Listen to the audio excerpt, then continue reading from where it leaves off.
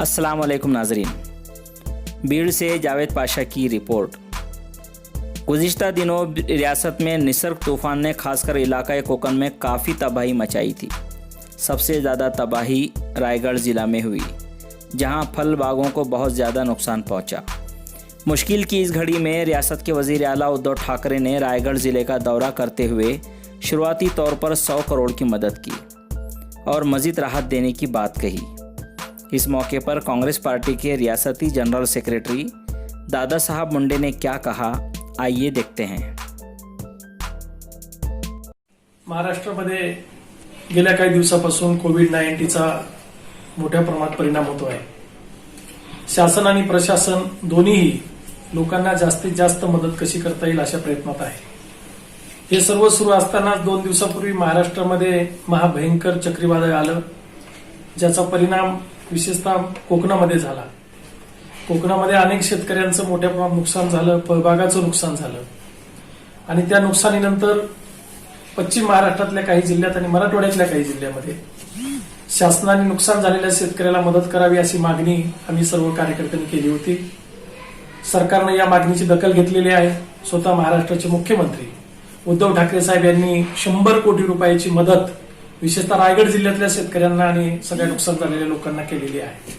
त्याच पार्श्वभूमीवर राज्यातल्या इतर शेतकऱ्यांना सुद्धा ज्यांच्या फळबागाचं मोठ्या प्रमाणात नुकसान झालं त्यांना मदत केली पाहिजे अशी आमची मागणी आहे। आमचे नेते आदरणीय बाळासाहेब थोरात साहेब यांना आम्ही विनंती केली होती।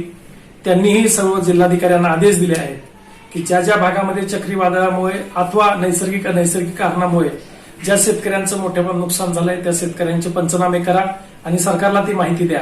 त्याचबरोबर कापसाचा विषय अत्यंत गंभीर स्वरूपात बीड जिल्ह्यात विशेषतः झालेला आहे। हरभऱ्याच्या खरेदीचा विषय आहे, तुरीच्या खरेदीचा विषय आहे आणि हे सगळे विषय येत्या 8 दिवसात संपणं कोणत्याही स्थितीत गरजेचं आहे। कारण येणाऱ्या आठवड्यामध्ये शेतकऱ्यांसाठी अत्यंत महत्वाचा दिवस येणार आहे, तो म्हणजे जूनच्या दुसऱ्या आठवड्यात पेरा सुरू होईल आणि त्यावेळेस शेतकरी आर्थिक अडचणीत येऊ नये, त्याला बी बियाणाला आणि खताला पैसे उपलब्ध व्हावेत आणि त्यासाठी शेतकऱ्याला तात्काळ त्याच्या सगळ्या आर्थिक समस्यामध्ये सरकारने चांगली कशी मदत करता येईल असा प्रयत्न करावा आणि म्हणून महाविकास आघाडीच्या सर्व नेत्यांना आम्ही सगळे कार्यकर्ते विनंती केलेली आहे। आम्ही त्या नेत्यांना आमच्या की हे सगळ्या विषयात आपण स्वतः लक्ष घालावं। महाराष्ट्र सरकारमध्ये काम करणारे आदरणीय मुख्यमंत्री उद्धव ठाकरे साहेब, महसूल मंत्री आदरणीय बाळासाहेब थोरात साहेब या सगळ्या लोकांनी अत्यंत जातीनं लक्ष घालून विशेषतः थोरात साहेबांनी तर 2 दिवस कालनगर जिल्ह्याचा दौरा केला, जिल्हाधिकाऱ्यांची बैठक घेतली आणि त्यांना तात्काळ पंचनामे करायला सांगितलं। स्वतः शेतकऱ्यांच्या बांधावर जाऊन काय नुकसान झालं हे पाहितलं।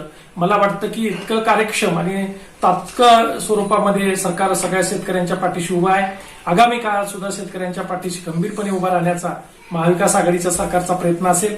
जिथे जिथे शेतकऱ्यांना काही अडचणी येतील तिथे आमच्यासारखे सर्व कार्यकर्ते त्यांच्या बरोबर असतील आणि म्हणून सरकारच्या वतीनं शेतकऱ्यांना आणि सगळ्या अडचणीत असलेल्या लोकांना मदत करणं हीच आमची भूमिका आहे। Channel by clicking the subscribe button.